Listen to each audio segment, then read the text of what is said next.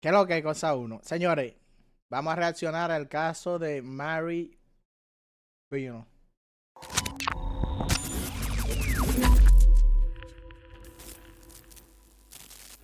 Mary Bean, la niña psicópata. Le di. Noches, bienvenidos al Criminalista Nocturno.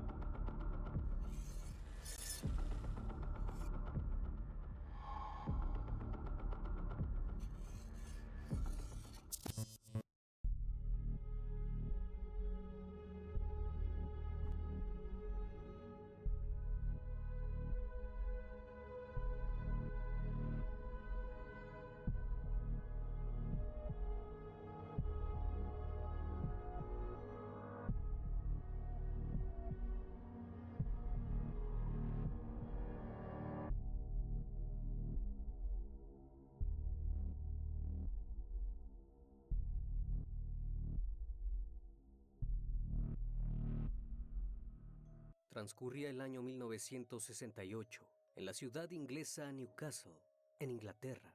Martin Brown, de 4 años, había salido a jugar a la calle, como tantos otros chicos del barrio. No obstante, Martin desapareció y no llegó a casa. El 25 de mayo de ese año, 3 chicos se encontraban jugando en una construcción, cuando de pronto uno de ellos tropezó con el cuerpo de un pequeño. Asustados corrieron hasta donde se encontraban unos trabajadores y dieron aviso del hallazgo. Aquello desconcertó a la policía, pues en el lugar se encontraba un frasco de pastillas cerca de una de sus manos, y su cuerpo Hola, fue hallado en Coco. posición de cúbito dorsal o boca arriba, junto a una ventana. Su rostro tenía un poco de fluido hemático y saliva, lo que hizo pensar que todo se debía a un lamentable accidente por caída. Pero esto solo sería el principio de uno de los casos más impactantes que horrorizó a todo un país cuando se conoció al perpetrador. El Criminalista Nocturno. Ese mismo día, 2 niñas del mismo barrio se encontraban jugando cerca del lugar donde habían hecho el hallazgo. Al ver a la policía, ambas chicas se escabulleron dentro de la construcción para ver el cuerpo, pero cuando fueron descubiertas, les pidieron que se marcharan. Al ver al niño lo reconocieron de inmediato, así que acudieron con la tía de la víctima y le dijeron sobre el incidente. Aquel chico resultó ser Martin Brown. Pronto la hipótesis del accidente cambió cuando la necropsia reveló que al pequeño lo habían estrangulado y le habían dado un fuerte golpe en la cabeza. Mientras tanto, las 2 pequeñas curiosas se mostraban muy interesadas en lo sucedido. Una de ellas era Mary Bell, de 11 años, y su amiga Norma Bell, de 13 años, quienes no guardaban ningún parentesco. Las 2 chicas comenzaron a frecuentar a la tía de Martin, a quien le hacían infinidad de preguntas. Algunas parecían muy sarcásticas y en tono de burla. Los días siguientes, Mary golpeó la puerta de la casa de la familia Brown y preguntó a la madre del niño si podía verlo. La mujer le dijo que no podía, porque había fallecido. Aquella niña se dio la vuelta y con una tremenda frialdad y una gran sonrisa, le replicó a la mujer diciéndole: ya sé que falleció, solo quería verlo en su ataúd.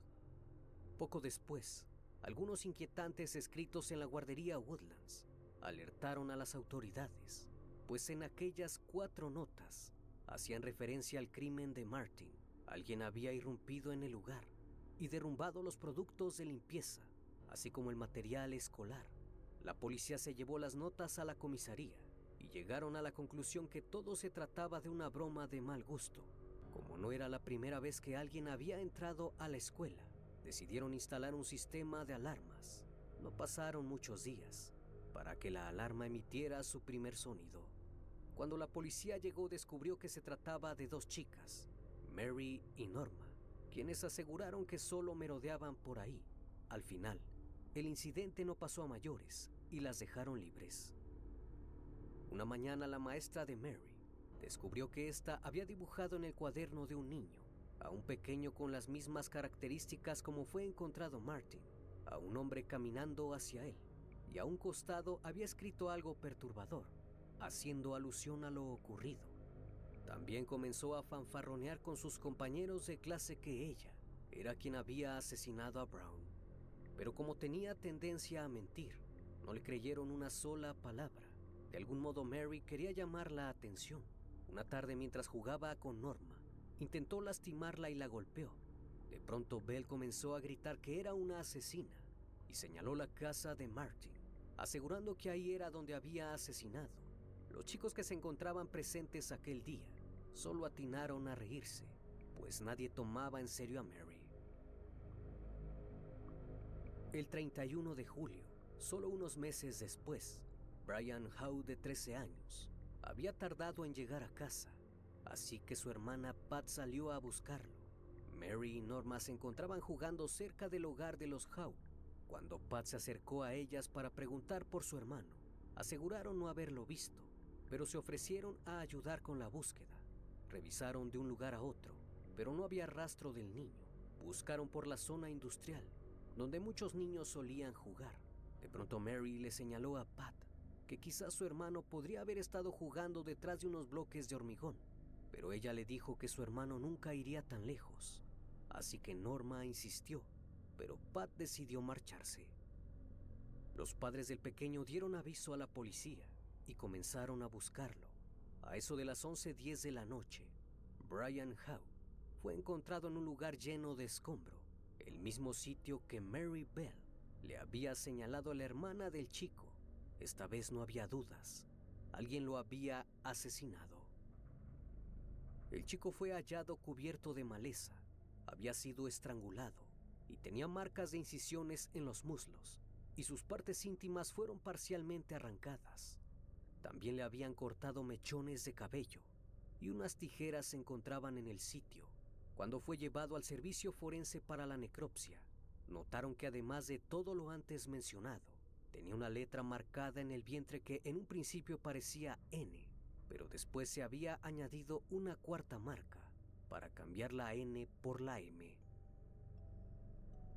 Una vez que el vecindario de Scottwoods se enteró del hallazgo del cuerpo de Brian, entraron en pánico, así que la policía inició con las investigaciones, comenzando con entrevistar a los niños locales, con la esperanza de que alguien hubiese visto algo.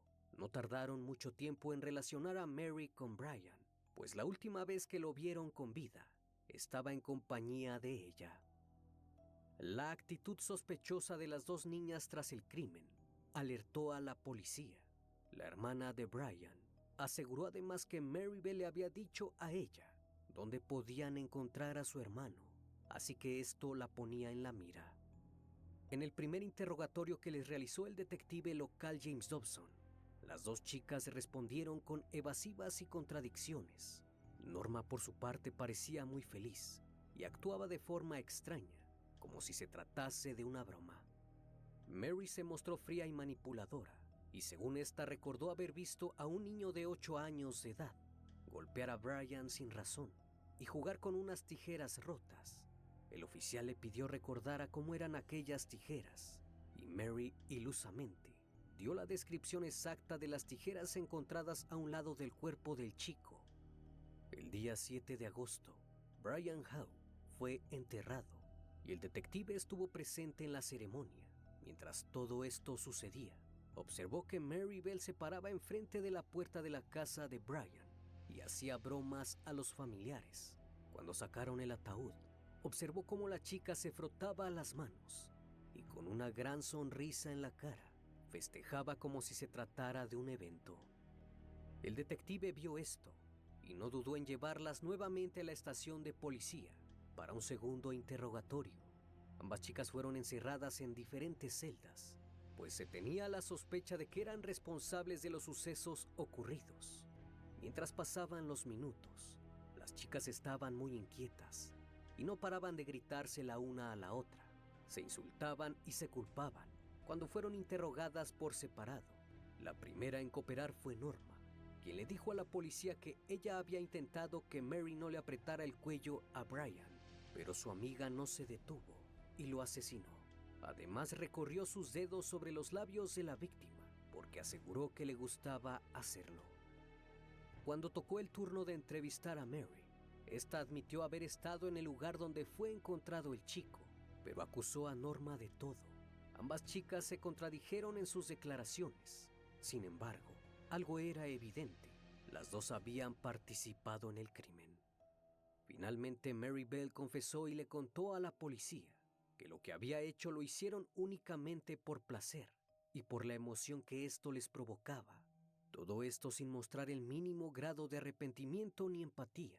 Todos en la comunidad estaban sorprendidos de que las asesinas fueran solo unas niñas y que lo hubiesen hecho solo por placer, sin ningún motivo aparente. La atención de los medios de comunicación en el caso fue generando gran interés en el juicio, el cual llegó el 5 de diciembre de 1968 y que tenía una duración de 9 días. El fiscal inició la audiencia diciendo que quien asesinó a Brian Howe también asesinó a Martin Brown, pues los cuerpos tenían características similares y ambos habían sido privados de la vida por asfixia. Norma fue la primera en subir al estrado. Se comprobó mediante pruebas caligráficas que las notas dejadas en la guardería Woodlands fueron escritas por Norma, lo cual la inculpaba porque parecía ser una confesión, pues ¿cómo sabían las chicas que Martin había sido asfixiado? Esto no era de conocimiento público.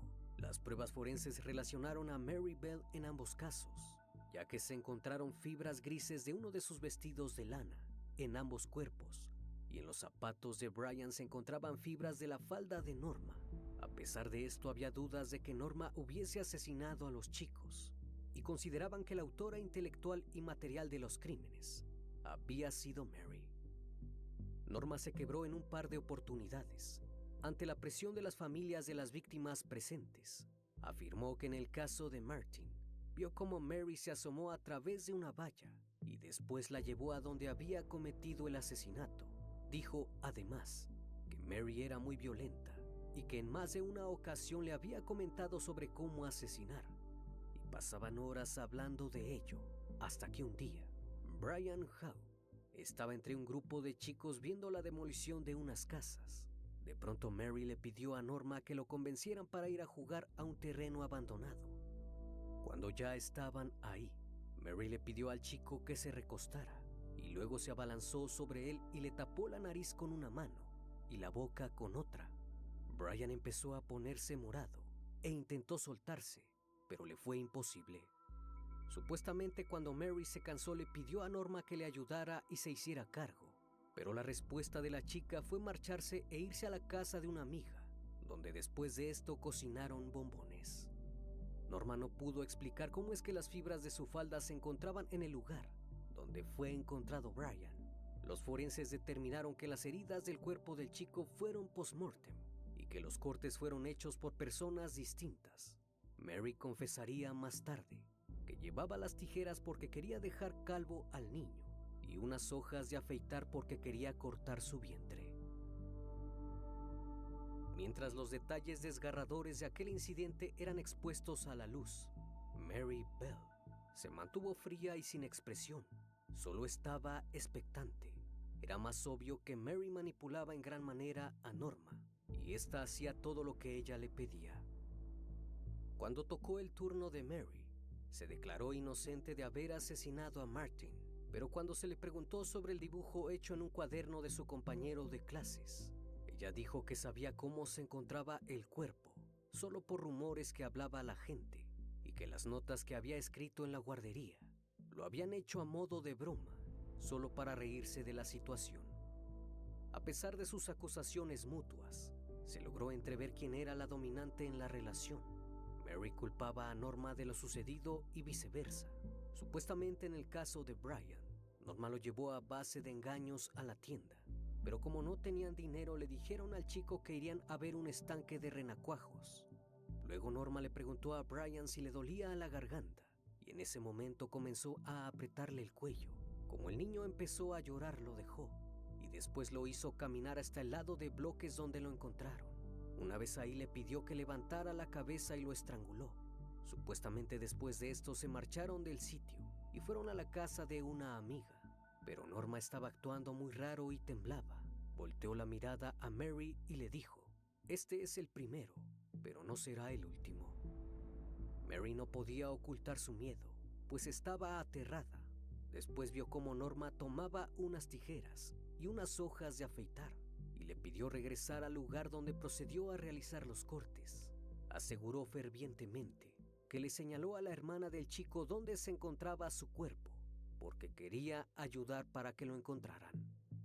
A pesar de que Norma le pidió que no lo hiciera, aquella declaración no resultó del todo creíble, pues Mary quería hacerse pasar por víctima, afirmando que no tenía nada que ver y que todo era culpa de Norma.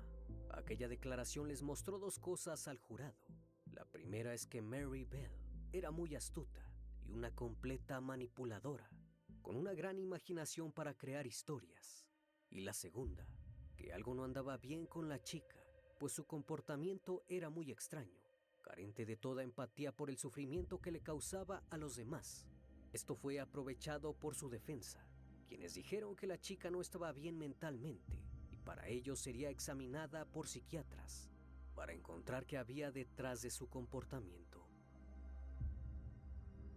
Mary Bell nació el 26 de mayo de 1957 en Newcastle upon Tyne, en Inglaterra. Su madre, Betty McCricket, había quedado embarazada de ella cuando apenas tenía 17 años. La mujer era dama de compañía que tenía problemas de adicción. Solía tomar alcohol excesivamente y consumir diversas sustancias, así como disfrutar en la intimidad con extraños. Por esa razón, Mary fue una niña no deseada. Cuando la pequeña nació, los médicos llevaron a la niña con su madre y la respuesta de ella fue: «Llévense esta cosa lejos de mí». Ejercer su actividad con una hija resultaría un verdadero problema. Debido a esto sufrió el desprecio de su madre, quien solía golpearla y dejarla encargada con cualquier persona. Incluso la dejaba sola. Mary nunca conoció a su verdadero padre, pero con el tiempo su madre Betty se casó con Billy Bell y le dio su apellido. Mary lo reconoció como su padre, pero aquel sujeto no era lo que se podía esperar de un hombre que cría a sus hijos, pues Billy era un delincuente peligroso, además de alcohólico, que terminó encarcelado por cometer robos. Debido al estilo de vida que Mary llevaba, cuando solo tenía 2 años, intentó ahorcar a otro niño en la guardería donde la llevaban. Estos fueron los primeros indicios de que algo no andaba bien. Otro de los puntos importantes durante su infancia fue el hecho de que la chica se orinaba en la cama de forma crónica. Esto hacía enfurecer a su madre, quien, para darle una lección, frotaba en su cara las sábanas mojadas y sacaba el colchón a secar al sol a la vista de todos para humillarla en público. Su manera de disciplinarla era golpearla con látigos y someterla a brutales castigos. Betty estaba harta de su hija e intentó darla en adopción. Cuando cumplió 3 años, la llevó a una clínica donde la dejó con una mujer perturbada que estaba por irse a Australia. La hermana de Betty sospechó lo que su hermana planeaba hacer y lo impidió. Como esto no resultó, comenzó a suministrarle grandes cantidades de pastillas, diciéndole que eran caramelos, y más de una vez fue llevada al hospital por sobredosis. Los médicos pensaban que la niña era muy traviesa y solo debían tener más cuidado con ella. Nadie sospechaba de su progenitora. En una ocasión fue ingresada de gravedad porque se intoxicó con las pastillas al grado que tuvieron que hacerle un lavado de estómago. La hermana de Betty no creía que la niña fuese capaz de hacer tal cosa, y ella y su esposo se ofrecieron para adoptar a Mary, pero Betty no lo permitió y siguió maltratando a la niña.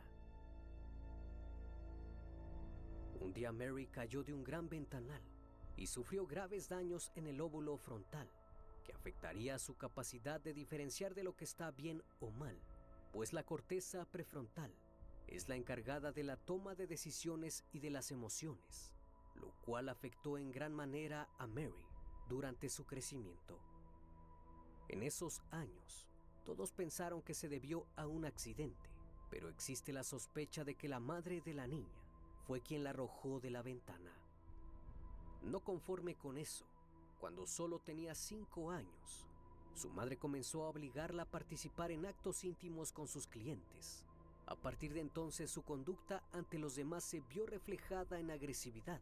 Le gustaba ahorcar animales y lastimarlos. En el colegio era una niña problemática que gustaba de pelear con sus compañeros. Constantemente tenía pensamientos violentos que involucraban el dañar a otras personas. Más de una vez intentó ahorcar a algunos chicos. Su problema de mojar la cama no paró. Muy por el contrario, se fue agravando con el pasar del tiempo. Antes de lo sucedido, Mary comenzó a actuar de manera muy extraña. El 11 de mayo de 1968, mientras jugaba con su primo de tan solo 3 años de edad, Mary lo empujó desde lo alto de un techo y el pequeño cayó quedando gravemente herido. Todos en ese momento pensaron que había sido un accidente y nadie sospechó de ella. Al día siguiente, 3 niñas que estaban jugando junto a la guardería fueron atacadas por Mary y Norma. Una de las niñas dijo que Mary le puso las manos alrededor del cuello y la apretó con fuerza hasta que se puso morada. Después lo hizo con las otras 2 chicas, quienes huyeron aterradas de ella. Al final no se levantaron cargos a pesar de que llamaron a la policía, pues las autoridades concluyeron que solo se trataba de una chica con una conducta difícil. Por si fuera poco, ese mismo día, ambas chicas intentaron ahogar a una chica en el arenero. Una de ellas la tomó de los brazos y la tiró al suelo, mientras la otra le arrojaba arena por la boca hasta que comenzó a ahogarse. Afortunadamente, la chica logró librarse y huyó aterrada del lugar. Después de esto, la tarde del siguiente día, se llevó a Martin Brown a una casa abandonada, cerca de las vías del tren, donde con sus propias manos le privó de la vida. Esto le resultó sumamente fascinante, tanto así que tomó la decisión de repetirlo y contarle a Norma lo que había hecho. Posteriormente, el 26 de mayo, un día después de lo sucedido con Martin, Mary se encontraba festejando su cumpleaños en compañía de Norma y su hermana, cuando de pronto Mary la tomó por el cuello y comenzó a lastimarla. Los gritos de la chica alertaron al padre de esta, quien sorprendió a la agresora con las manos sobre el cuello de su hija. El siniestro comportamiento de Mary comenzó a manifestarse sin control y simplemente no podía parar. Una vez que el jurado conoció la historia detrás de Mary Bell, todos estuvieron de acuerdo de que la responsable de los asesinatos había sido la chica, y el 17 de diciembre fue condenada a cadena perpetua por el cargo de homicidio involuntario por motivos de responsabilidad disminuida de Martin y Brian, ya que los psiquiatras de la corte habían convencido al jurado de que Mary Bell mostraba síntomas clásicos de psicopatía y no podía ser considerada totalmente responsable de sus acciones. El juez señaló que la chica era peligrosa y que había un riesgo muy grave para otros niños si no se le vigilaba de cerca, pues durante el juicio, Mary confesó que le gustaba herir a los seres vivos, animales y personas. Eran mucho más débiles que ella, aquellos que no se podían defender. El psiquiatra del Ministerio del Interior de Gran Bretaña señaló que la niña tenía un trastorno psicopático y que necesitaba un periodo de tratamiento que podía durar bastantes años. Norma, por su parte, fue declarada inocente. El jurado consideró que había actuado bajo la influencia de su amiga, que aunque era 2 años menor que ella, la podía manejar a su antojo. Fue considerada como una cómplice involuntaria que había caído bajo una mala influencia. Debido a esto, fue absuelta. Mary fue enviada al reformatorio Red Bank en Lancashire, en donde fue el centro de atención de la prensa británica y de la exitosa revista alemana Stern. Betty, su madre, mientras tanto, la visitaba y supo aprovechar su fama para vender en varias oportunidades historias acerca de ella. Vio la oportunidad de ganar dinero a costillas de su hija y aprovechó el momento. En 1977, ya con 20 años, la chica volvió a ser el centro de atención, pues se escapó de la prisión de baja seguridad donde se encontraba junto con una compañera para pasar la noche con 2 chicos. Al día siguiente, fue capturada. Y lo que nadie imaginó ocurrió. El 14 de mayo de 1980, Mary Bell recuperó finalmente su libertad. Fue liberada de forma definitiva, después de haber cumplido más de una década en prisión. Para ese entonces tenía 23 años. Las autoridades consideraron que ya no representaba un riesgo para la sociedad. Sin embargo, no le sería fácil llevar una vida normal. En un encuentro que tuvo con un hombre quedó embarazada, pero para no hacerle daño a su propio hijo, optó por no tenerlo. Regresó a vivir con su madre y consiguió algunos empleos. Pero en cuanto las personas descubrían su identidad, la atacaban y se alejaban de ella, pues era considerada una asesina y la gente no la dejaba en paz. Extrañamente, una coincidencia que marcó su vida fue que el 25 de mayo de 1984 tuvo a su única hija, el mismo día y mes que cometió su primer crimen. En 1998, cuando salió el libro de la escritora Gita Sereni, titulado Llantos Ignorados, la historia de Mary Bell, todo se volvió a complicar. La sociedad se indignó al enterarse que la escritora habría pagado por el testimonio de Bell la suma de 50,000 libras. Les parecía indecente que la mujer recibiera dinero por el relato de sus atroces crímenes. Entonces un policía echó a correr la información de la identidad oculta y el domicilio de la mujer y su hija, y ambas tuvieron que huir del pueblo en el que vivían. Además, la hija adolescente de Mary Bell se enteró, gracias a este escándalo, de los crímenes que había cometido su madre. Como las personas no la dejaban en paz, Mary exigió que se otorgara el derecho al anonimato, y el 21 de mayo de 2003, Mary y su hija se les había concedido el anonimato de por vida para que pudiesen vivir libres, creando lo que se conoce como el decreto de Mary Bell. Una vez más, estimado público, agradezco su compañía. Gracias por brindar un espacio de su tiempo para conocer un caso más de este canal. Si aún no estás suscrito, te hago la cordial invitación a que lo hagas y formes parte de esta gran comunidad. Esto es El Criminalista Nocturno. Hasta la próxima emisión. Buenas noches. Será buena tarde. Este tigre nos vamos a suscribir al canal de él. Me gustó ese video. ¿Oíste? Encontré mi casita en este canal. Oye, el decreto de Mary Bell. Voy a ponerlo aquí. Es por esa tipa. Ella es de Londres. Ella es de Londres. La hija nació en el 98, por lo que la hija tiene 20 cuántos años. 27 años tiene la hija. Y ella, ¿cuándo fue que dijeron que ella tenía 23 años en el 80? ¿Por qué me equivoqué, Cape? 20 y cuántos años. Tienen anonimato, porque ella nació en el 55. Ella tiene... Baby, ¿tú no te tiraste a Mary Bell? A Mary Bell. Los tigres enamoran de Mary Bell. Y ahí, aunque tú no lo creas. No, no. Ella no nació en el 67. Fue en el 67. En el 57 fue que ella nació. En el 57 fue. Fue en el 57. Pues yo sé que había un 5 antes de. Ella y la hija andan vivas. Los tigres que aprovechen. Aprovechen, tienen 67 ahí. La hija tiene 20 cuánto, no sé, 27. Aprovechen los tigres ahí. Investiguen, se indagan. Se encuentran, Mario. Se encuentran.